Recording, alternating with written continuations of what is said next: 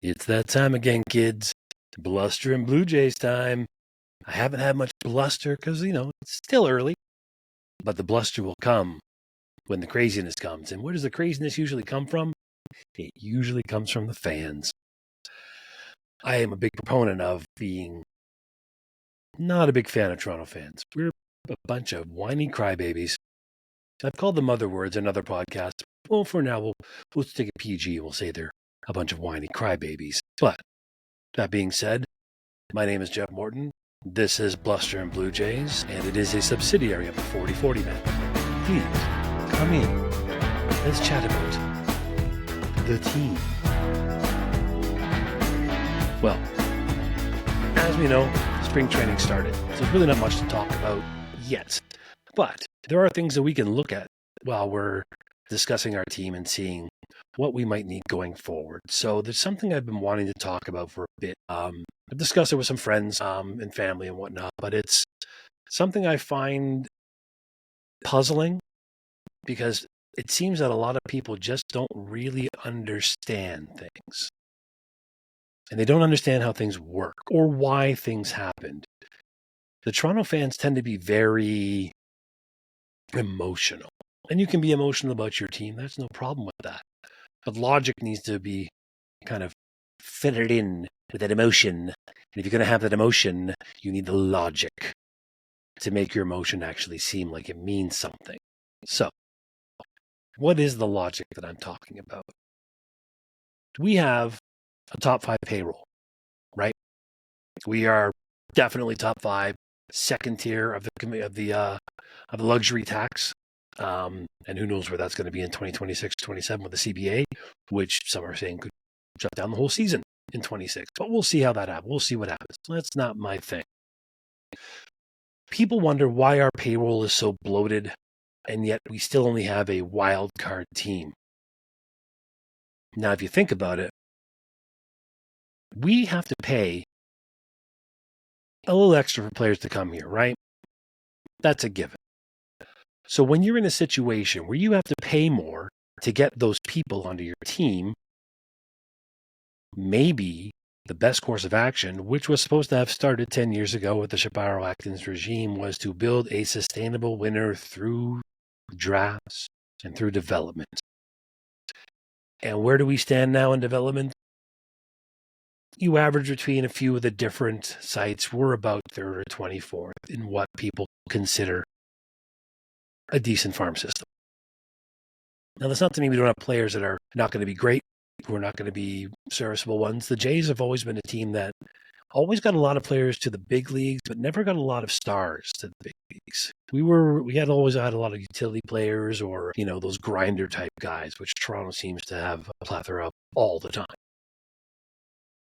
But here's the thing. If you're going to be paying hundreds of millions of dollars to bring people in, well, if you have to bring them in on almost every position, that's going to be a problem.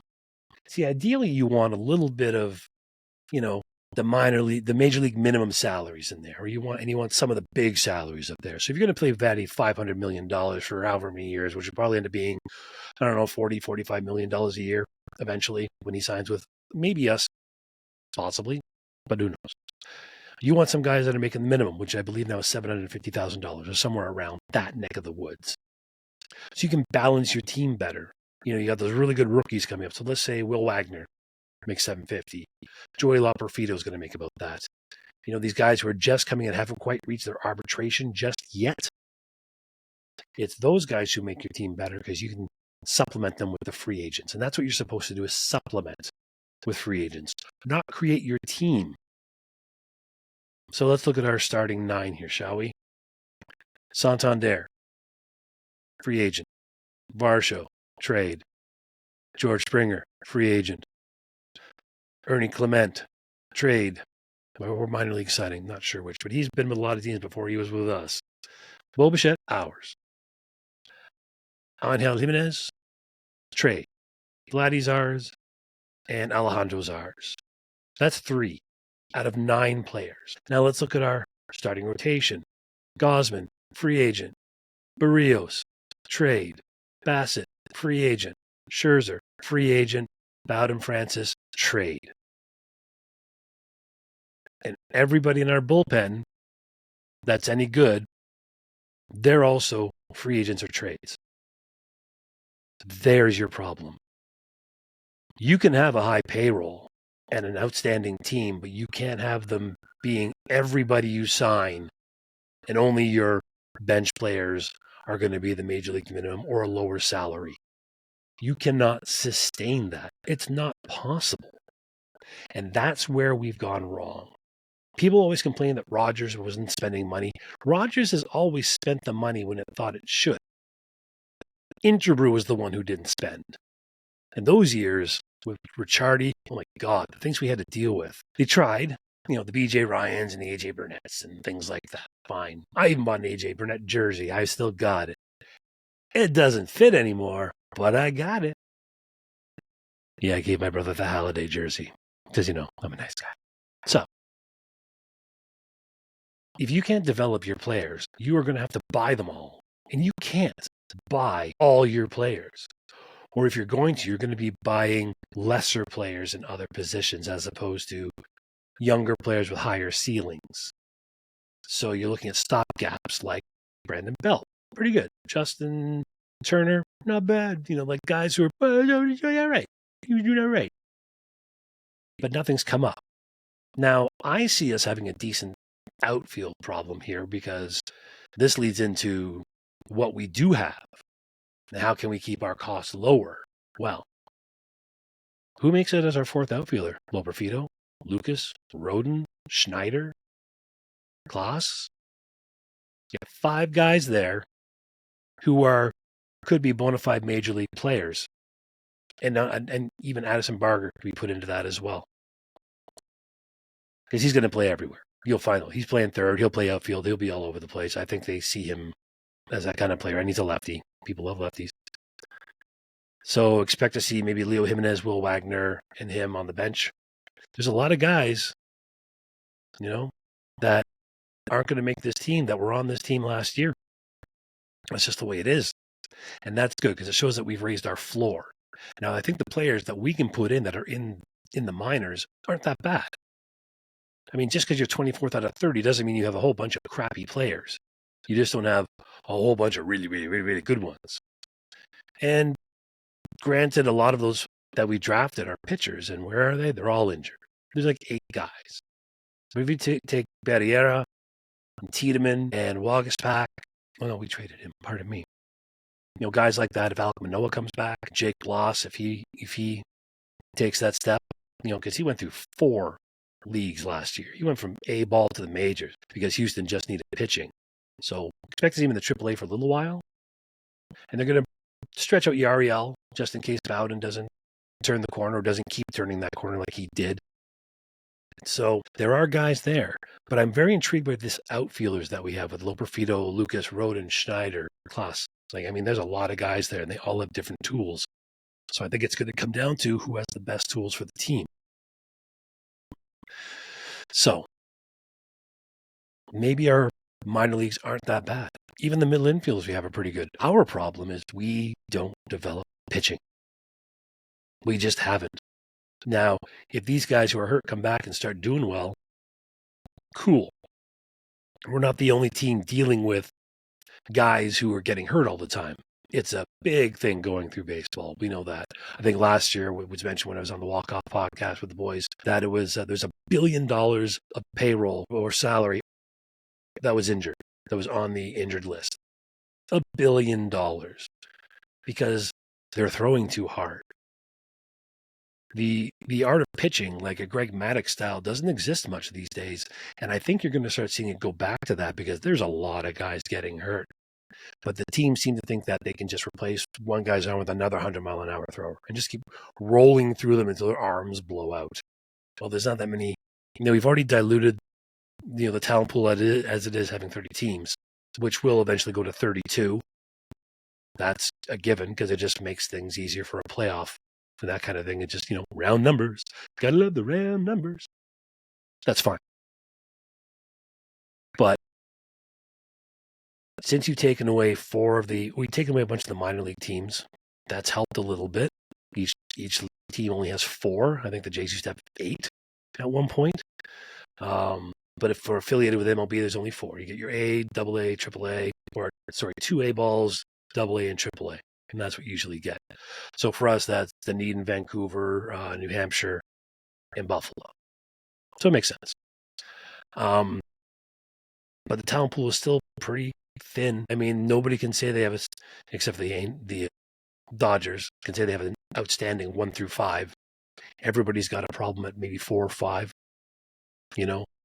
If we had a bunch less teams, that would just be more better players in each team, which would be great. And we wouldn't have to worry about the smaller teams, the league, like the other teams that don't really spend anything. A lot of that's in the Central, and I understand that because when you're talking Central teams, you're not talking about huge hubs of cities, except for maybe Chicago, because they can, they have 2 teams, but the rest of them are just, they're decent-sized cities, but they're not really economic powerhouses, so they have issues. Kansas City, beautiful city. St. Louis, interesting city. Cleveland, nice city. I've been to most of these cities, and they're great, but there's just not much behind them, so you're not going to see much money. And unless they do something about them not spending what they're receiving in revenue sharing, they're just sitting there doing nothing. And that's not good for anybody. We don't want a bunch of nothings. We want competitiveness. Now, the World Series has had a lot of different winners over the past 20, 25 years. There hasn't been a lot of repeats, and that's great. I think that's one of the things we definitely need to keep focusing on, and that's how things are going to keep people interested. I like the expanded playoffs for that reason. It keeps your team in it. It keeps you interested, instead of turning it off in August knowing that 20 teams are not going to make the playoffs. So you want everybody to feel like they have a shot. And who knows? They could win. There's a lot of wildcard teams that have won more so than more so than the first seeds. So that's the way it is. So going back to it, our payroll issues all stem from lack of development. I think they've spent well with where they've spent their money, but they've had to spend money, They had to ice an extra season or 2 from George Springer. I hope Springer has some semblance of a comeback, because I don't think he's going to have it next year. I hope he just goes out in a blaze of glory, just like the movie and the song says, blaze of glory, because he's getting slow and getting old real fast. I love his enthusiasm. I love his locker room. I love the way he plays the game when he's playing. I love the enthusiasm. I think he's a fantastic person to have on this team, just like Scherzer is. I mean, Scherzer's going to pitch maybe 20 starts, maybe, but he's also here because of his knowledge and his winning attitude. I mean, that alone could translate into 2 or 3 more wins on top of what we had last year. DraftKings has the over-under on the Jays at 77.5. What do you think? Higher, lower? I think higher. I think they're going to be better. You're going to see comebacks from Bo. Alejandro Kirk's apparently in the best shape of his life, and he was doing really well towards the end of last season. Dalton Varsho can just pick up his hitting just a little bit, and we can limit the amount of time Springer is at bat. If he's having a tough time, we'll be okay.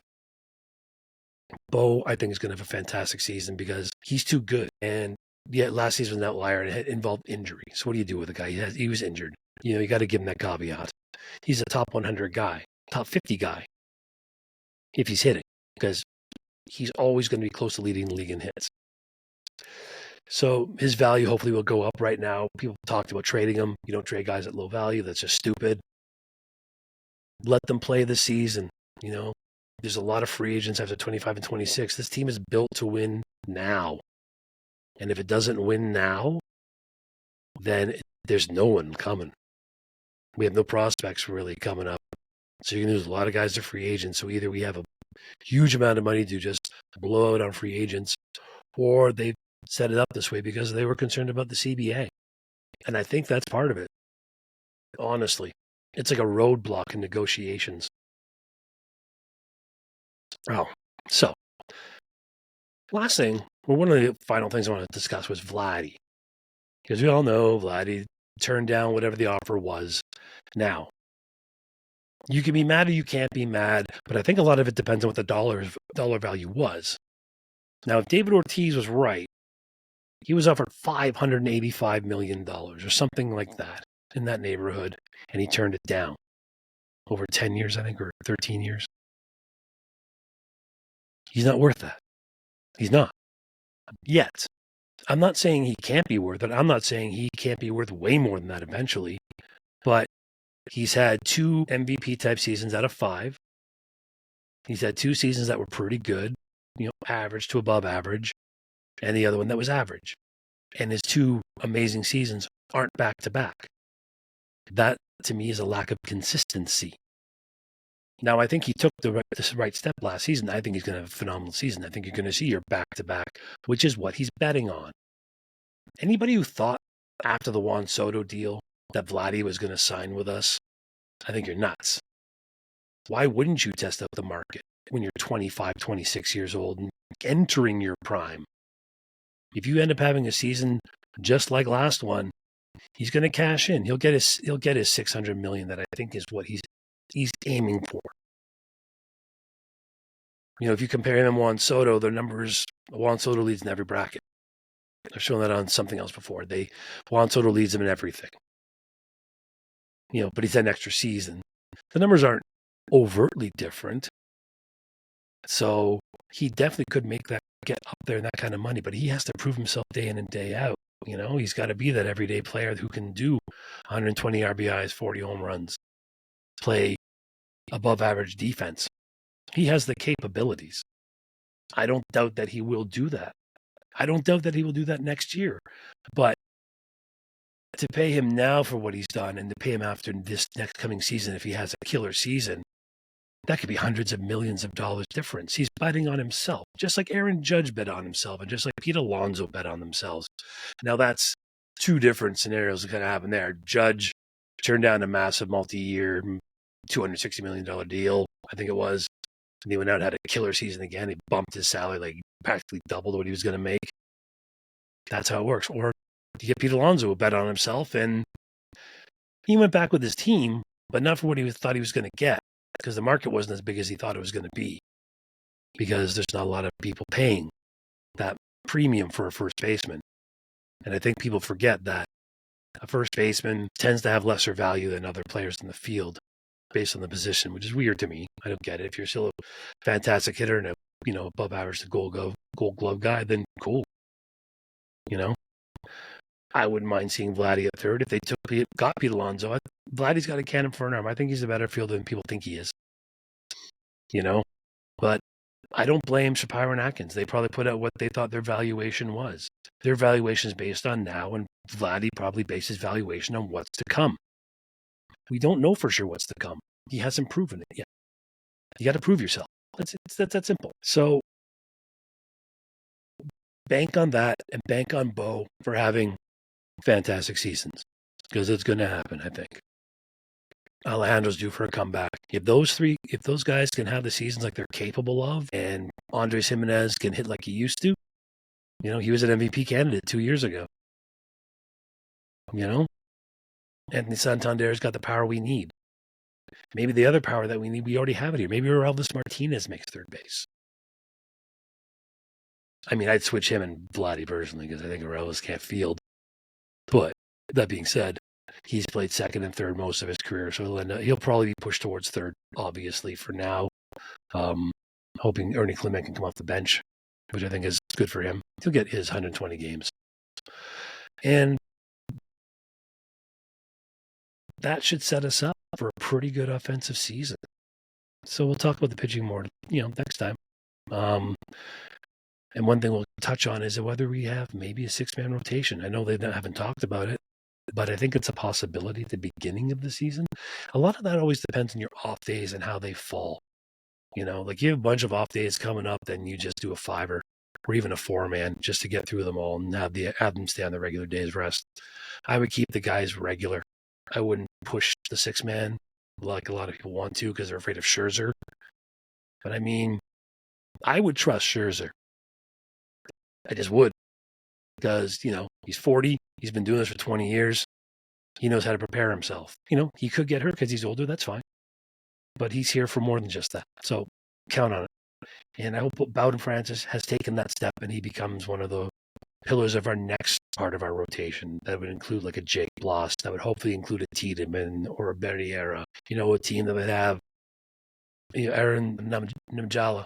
Pardon me, I got his name wrong. I wish I had it written down somewhere. But anyway, the kid who's playing in Dunedin, he's like 19. He's got such an above average bat, and he's so far ahead of his age. I think he's going to be a stud coming up here. I think Alan Roden could be a great fit up here. He's got power. He's got on base skills. We have those guys here. I mean, just because freaking Keith Law or ESPN says we're ranked 24th doesn't mean we don't have any players that can play. We just need more of them. That's all. We just need to keep raising the floor. Right? So, what do we look for going into next week? Because I will be airing this, as you probably noticed, on Monday mornings, because it seems to make more sense than giving it to you Sunday night when you're about to fall asleep. Because with my voice, the dulcet tones will just knock you onto your back. So, we are going to make sure that we are awake and up in the morning. And listen to me while you're having a coffee, and complaining about how bad your team is. Because we have a lot of people who think our team sucks. So many people want Vladdy traded right now. It's weird. It's just weird to me. It's just knee-jerk reactions. I just don't get it. People need to calm them down. Seriously. Just look at it logically. Look at it how you think it's supposed to be. It might not work out. It probably all won't work out. No season goes the way it's supposed to. But because so much went wrong last year, it's just the law of averages say so much should be going right this year. And that's what I'm counting on. I don't think Kirk's going to be horrible forever or Bo's going to be horrible forever. Everybody thinks you have one bad season and, oh my God, he's going to be so terrible. Anybody who's worth their salt has had a bad season. It's the adjustments the other side makes. You just have to readjust. And baseball is always a game of adjusting. So next week, let's see how this ABS system works. We'll talk about that a little bit. I want to see how Bo is pulling along, and I want to see how our pitching depth is going. Like, who's going to be the back end of that bullpen? And who do we think after the first week, who's going to be the front runners for the bench? The guys who were here last year, or will somebody step up out of nowhere? Because we have so many. Oh, even in the outfield, I even forgot Miles Straw. There's 6 guys for one spot. Now that's what you want. You want competition. Now we now have competition. Our floor is raised. So, do you think 77.5 wins? No. I see as it stands now, barring anybody getting hurt, 85 minimum. I don't think Tampa's going to be as good as some think they will be. I think that Baltimore's going to take a step back because they really didn't replace Corbin Burns for one. And Jason Means, who was having Tommy John surgery, was their best pitcher for a while. They let him go, and he signed somewhere else. So, I mean, Zach Eflin's good. I don't think he's a 1. Grayson Rodriguez and those, great. I mean, maybe they're thinking some kids are going to step up, but they have a lot of position player kids that could take a step back. They have a lot of pitchers that you're not sure of. So, I don't think they're a lock for anything at all. The Yankees, we'll see. They seem to have the pitching, but I mean, the hitting, yeah, maybe. Bellinger, maybe. Paul Goldschmidt, maybe. You just don't know. So, I will be the optimist, and I'll be blustery about the asses who just think we're just a terrible team, blah, blah, blah, blah. Shapiro and Atkins aren't perfect, but they sure as hell aren't as bad as people made them out to be. But I will say it is time for them to go. So, let's see what they put together for us for 2025. Next week, let's see how the pitching does. And with that being said, thank you so much for watching me. I'm trying to come out of my shell a little more, take a little more training, enunciate my words for ya, and hopefully become a little more entertaining as I learn how to put these things together. But thank you so much for being here with me. If you're getting this on YouTube, please like and subscribe. If you're doing it on Spotify, please like, follow me if you can, subscribe, even better for me. And let's see if we can blow this thing up, because I have great plans for this podcast. And it's not just this, but let's get some alumni involved, shall we? We're almost 50 years old with this team. We've got 2 years left. Let's bring some alumni on here and talk to them. That's what I want to do. So if you got a Blue Jay friend Send them my way. That being said, again, thank you so much for watching. And again, this is Bluster Blue Jays. My name is Jeff Morton, and this is a subsidiary of the 40/40 Men. So thank you so much for watching, and we will see you soon.